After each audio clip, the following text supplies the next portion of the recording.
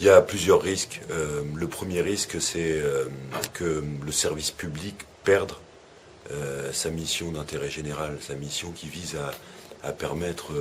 une vraie diversité culturelle sur les chaînes publiques, un vrai maillage territorial des chaînes, et notamment de France 3. Et le risque, c'est que la loi de l'argent transforme la télé en un outil de construction de la pensée unique, alors que la mission de service public, c'est favoriser l'émergence citoyenne de l'esprit critique, de l'esprit contradictoire. Le deuxième risque, c'est pour les salariés eux-mêmes, la fusion du statut de l'ensemble des chaînes va conduire à un nivellement par le bas du statut des journalistes, des techniciens de France Télévisions, avec du coup une réduction de la qualité des interventions et donc la qualité de la chaîne publique. Moi je pense que si demain, avec cette réforme qui vise à priver la télé publique de ses modes de financement, avec la remise en cause du financement par la publicité aboutit, eh bien on va transformer la télévision publique, et notamment France 3, en des agences d'AFP, où on trouvera sur France 3 ce qu'on trouve déjà ailleurs.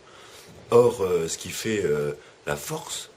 de la télévision publique et de France 3 en particulier, c'est sa capacité à être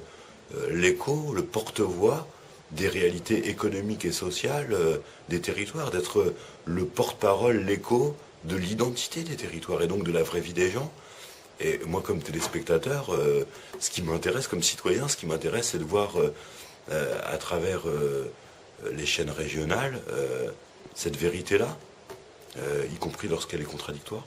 Bah, c'est clair que moi, comme leader politique du nord du département, d'avoir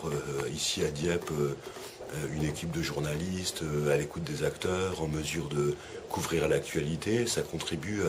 au rayonnement du territoire sur le nord du département, et donc ça contribue à ce que j'attends, moi, d'un service public, un aménagement équilibré du territoire, une couverture du territoire, quel que soit l'endroit où on habite, où on vit. Et donc le vrai risque, c'est un mouvement de concentration sur les mégalopoles, et donc une négation des spécificités des différents territoires, et donc des différents points de vue sur les territoires. Le maire de Dieppe ne portera pas forcément, par exemple, la même vision sur un sujet d'actualité que le maire du Havre.